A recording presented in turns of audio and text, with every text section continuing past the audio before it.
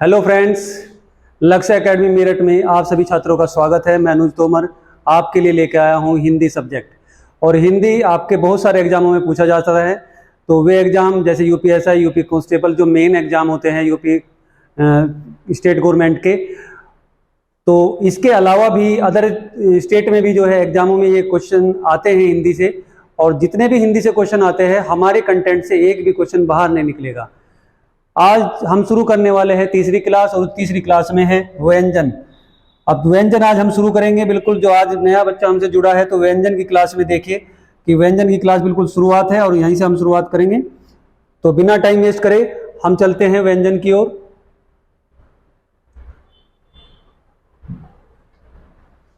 तो सबसे पहले हम देखते हैं कि व्यंजन किसे कहते हैं। व्यंजन किसे कहते हैं? हमने कहा कि जो हिंदी वर्णमाला होती है, हिंदी वर्णमाला में दो तरह के वर्ण होते हैं, एक होता है स्वर, एक होता है व्यंजन। अब जो व्यंजन होता है वो स्वरों की सहायता से बोला जाता है। ये क्वेश्चन में भी पूछा जाता है और इसे वैसे भी याद रख सकते हो कि जो है किसी की सहायता से बोले जाए वर्ण तो वे कहलाते हैं व्यंजन, और जो किसी की सहायता से ना बोले जाए, स्वतंत्र रूप से बोले जाए तो उन्हें कहते हैं स्वर। तो व्यंजनों की संख्या हिंदी वर्णमाला में जो अगर कुल मानी जाती है तो 39 मानी जाती है। और अगर ये देखें कि जो है व्यंजनों की संख्या कितनी है, तो व्यंजनों की संख्या क्वेश्चन में पूछ ली जाती है तो व्यंजनों की संख्या होती है 33, और ये मूल व्यंजन कहलाते हैं।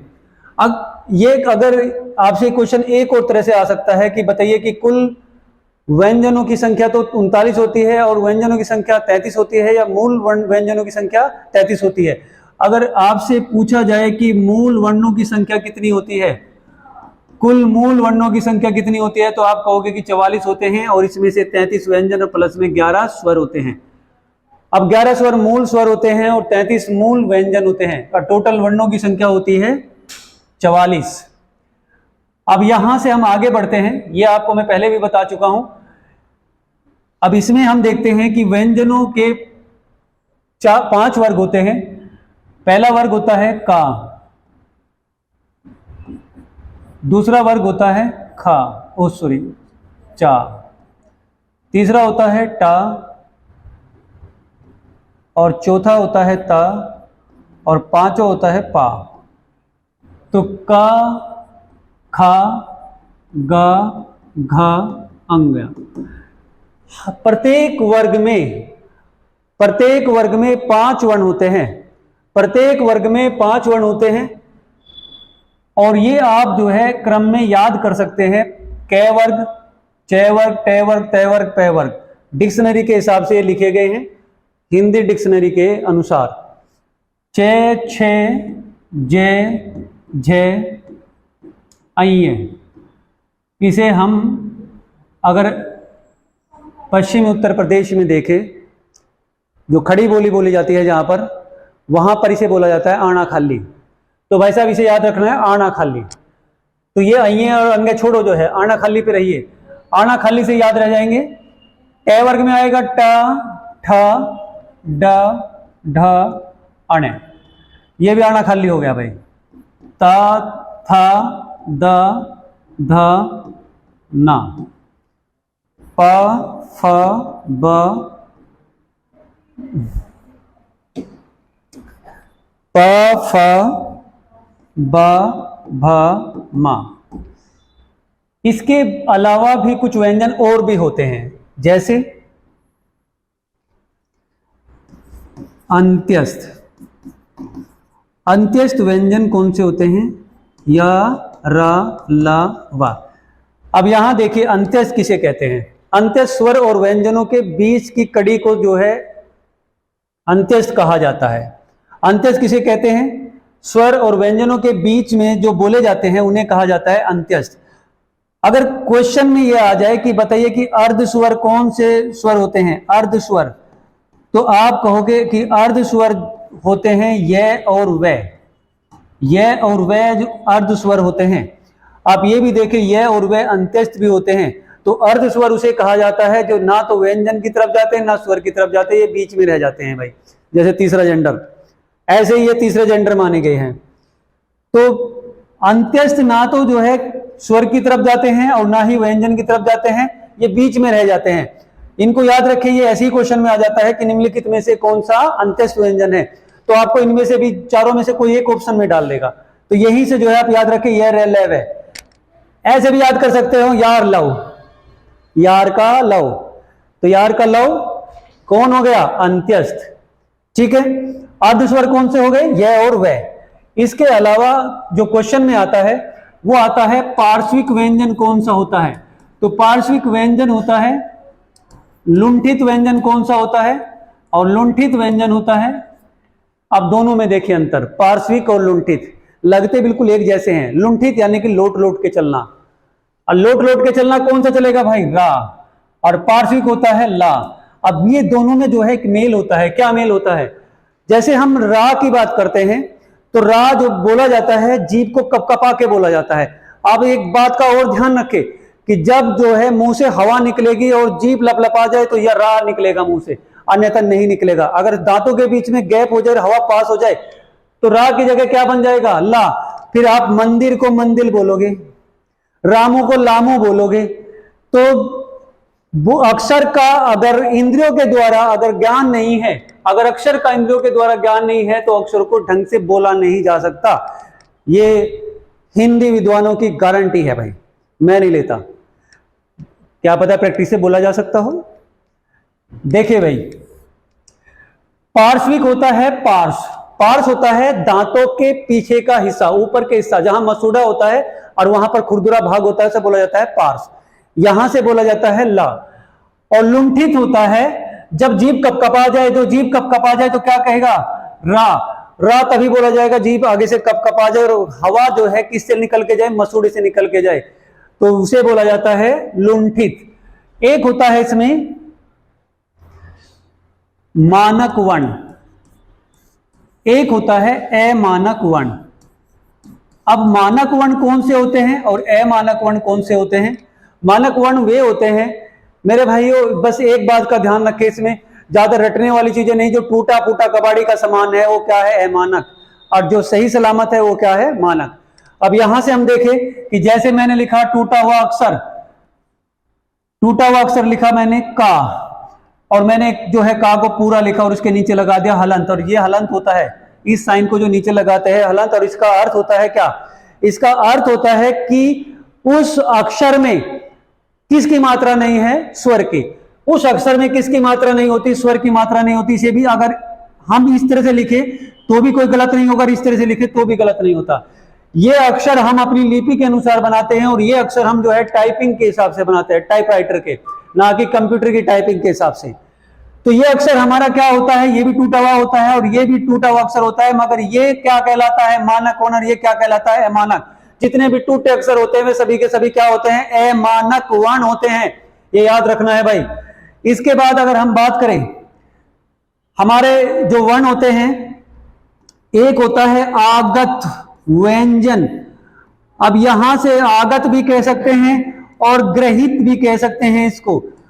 अब ग्रहित यानी कि ग्रहण करना, आगत होता है आने वाला। कहां से आने वाला भाई, अरे भाई तुम्हारे मामा के यहां से आने वाला, पाकिस्तान से आ जाए, अफगानिस्तान से आ जाए, इंग्लैंड से आ जाए, कोई अक्षर अगर हमारी भाषा में दूसरी भाषा से आ जाए तो उसे क्या कहा जाता है, आगत वर्ण कहा जाता है। अगर मैं आपसे पूछूं कि आगत व्यंजन कौन से हैं, मेरे भाई आगत व्यंजन कौन कौन से होते हैं। आगत व्यंजन वे होते हैं जो हम दूसरी भाषाओं से लिए हैं, जय और फे।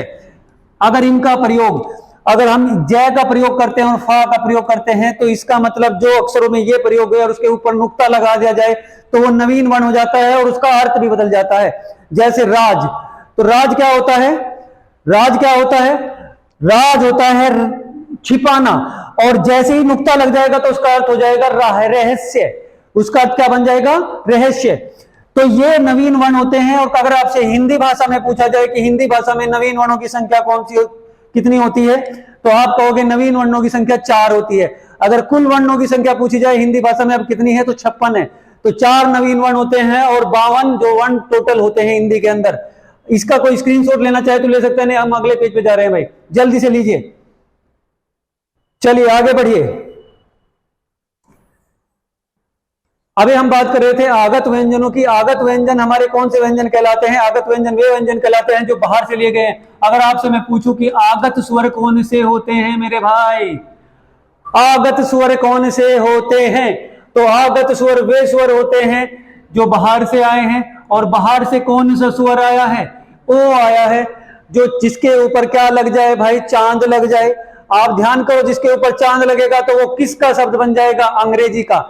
तो अंग्रेजी का जो शब्द होता है वो कौन सा शब्द होता है? जैसे मैंने लिखा क्या? बाल। तो बाल क्या होते हैं? सिर के बाल। बाल क्या होते हैं? सिर के बाल। शरीर पे कहीं भी बाल हो सकते हैं भाई। अगर इसके ऊपर आपने क्या लगा दिया? चांद लगा दिया। तो अब इसका चांद का दीदार हुआ नहीं हुआ? तो क्या बन गया? बोल। अब बोल किसका शब्द बन गया? अंग्रेजी का। तो ध्यान करें, जो भी अंग्रेजी का शब्द होगा हमेशा उसके ऊपर क्या लगेगा मेरे भाई? उसके ऊपर लग जाएगा चंद्र। और अगर किसी शब्द के ऊपर चंद्र बिंदु आ जाए तो उसका मतलब समझ लो जी वो क्या होता है? हिंदी का शब्द। अब आगे जब जैसे हम चलेंगे तत्सम और तद्भव में, तत्सम और तद्भव मेरे भाई कौन कौन से अक्षर होते हैं? तत्सम होता है संस्कृत का, तद्भव होता है हिंदी का। जब हम इनकी बात करेंगे तो इनका बड़ा यूज होगा, बड़े काम के हैं।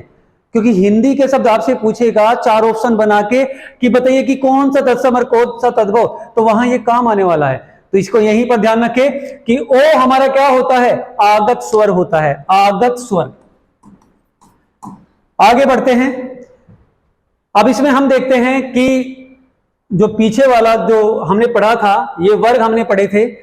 अब जो हमारी इंद्री होती है, जो 5 इंद्रियां होती हैं हमारी, एक होता है कंठ। देखो ये जो ठुड्डी से निकली हुई होती है ये होता है कंठ। और आपने एक ऐड देखा होगा, टीवी में आता था पहले, गले में पकड़ के जो है कार्टून सा झूलता रहता था खिच खिच वाला, तो वो होता है क्या? तालु। उसे क्या कहेंगे भाई? तालु।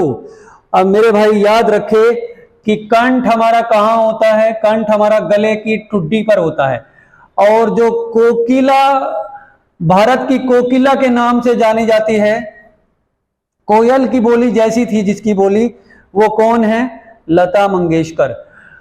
और लता मंगेशकर के गले को अमेरिका लैब लेके गई है टेस्ट करने के लिए कि ऐसा क्या था कि एक 90 साल की उम्र में भी आकर जो है उसकी आवाज बड़ी मधुर थी।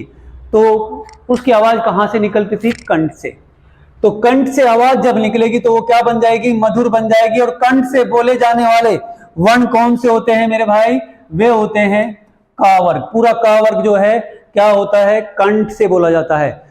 ये कंठ के अगर मान लो कि आपके गले से ठुड्डी से निकाल ले तो जो है आपसे इनका उच्चारण नहीं होगा। इसके बाद अगर हम कहे कि जो है काकल्य वर्ण कौन से होते हैं? काकल्य वर्ण। काकल्य वर्ण हमारे कौन से वर्ण होते हैं? आपने देखा कि ठुड्डी ही तो हमारी क्या होती है? कंठ। और कंठ के ऊपर जो द्वार होता है इसका, किसका? कंठ का। कंठ का जो दीवार होता है उसे बोला जाता है काकल्य। काकल्य या कंठ का द्वार जो होता है जो है वो कहलाता है काकल्य। तो काकल्य जो व्यंजन होते हैं वे कौन से होते हैं? जो किससे बोले जाए? हमारे इस ठुड्डी से बोले जाए, कंठ के आगे के हिस्से से बोला जाए, वो क्या कहलाता है? काकल्य। अब हम बात कर रहे हैं अभी कंठ, तालु। यहां भी आऊंगा भाई मैं अभी। तालु। तालु कौन सा होता है? खिचखिच वाला। खिचखिच वाला जो है देखा, वो पकड़ के झूलता रहता है, उसे ध्यान रखे। या मुंह फाड़ के देख लेना मेरे भाई, एक मांस का लो थोड़ा सा नीचे की ओर लटका रहेगा, उसे मान लेना कि वो क्या है? तालु। और ज्यादा मुंह खोलोगे तो वो जो है ऊपर नीचे होता रहेगा, वो दिख जाएगा आपको दूर से। टा वर्ग क्या होता है? मूर्धा। मूर्धा आप देखो, जीभ के ऊपर के नीचे का हिस्सा जो है क्या कहलाता है? मूर्धा कहलाता है। ये किस में जाएगा? टा वर्ग में। यानी कि इसके अलावा भी बोले जाते हैं मूर्धा से, तालु से भी बोले जाते हैं, कंठ से भी बोले जाते हैं। फिलहाल वर्ग में हम बात कर रहे हैं। इसके बाद आता है दंत्य और इसके बाद आता है ओष्ठ। ओष्ठ यानी कि होठों से। अगर आप प्रैक्टिकल करना चाहते हो, अगर विद्वानों को चैलेंज करना चाहते हो कि इंद्रियों से ये नहीं बोले जाते, हम कहेंगे कि कंठ से ही जो है हमारा पैर निकलता है, तो जो है इसको हम सिद्ध कर सकते हैं। अब पैर को होठ खोलकर बोल के दिखाओ तो क्या बोला जाएगा? बोला जाएगा। अरे बोल के देखो प्रैक्टिकल करके, क्या बोलोगे? हाँ हाँ, क्योंकि बिना होठों के पा बोला ही नहीं जाएगा मेरे भाई, ध्यान रखे। तो कंठ में का वर्ग, तालु में चा वर्ग, मूर्धा में टा वर्ग, दंत्य में तय वर्ग, ओष्ठ में तय वर्ग। और अंत्यस्थ हमारे 4 वर्ण हैं और ऊष्म भी हमारे 4 वर्ण हैं। ऊष्म कौन कौन से है? स, श, श और ह। ये हमारे 4 वर्ण हैं। और ये जो काकल्य है, तो ये कौन सा वर्ण है, कौन सा व्यंजन है? यह ह। जो ह है ये किससे बोला जाता है? ये कंठ के द्वार से बोला जाता है, ह। और ऊष्म हमारे सा होते हैं, तो ऊष्म किसे कहते हैं? ऊष्म वे होते हैं, आपने सुना होगा, एक हमने साइंस में पढ़ा होगा, उष्मा। उष्मा क्या होता है? उष्मा होता है गर्मी, या कह सकते हैं हम उष्मा के साथ साथ में जो एनर्जी हमें प्राप्त होती है वही क्या होती है? गर्मी होती है। अब उष्मा जो है गर्मी कहा जाता है, तो उसके हमारे वर्ण कौन से हैं? 3-4 वर्ण हैं, और ये हमारे अंदर अगर गर्मी पैदा कर दे तो क्या कहलाते हैं? उष्मा कहलाते हैं। अब ये भी जो है किसी न किसी जो है इंद्री से बोले जाते हैं, ये भी कोई न कोई इंद्री से बोले जाते हैं। इसके बारे में आप पूरी पिक्चर कल देखेंगे इसी समय। कल मिलते हैं मेरे भाई। स्क्रीनशॉट लेना चाहते हो स्क्रीनशॉट लीजिए। थैंक यू, धन्यवाद, बाय बाय।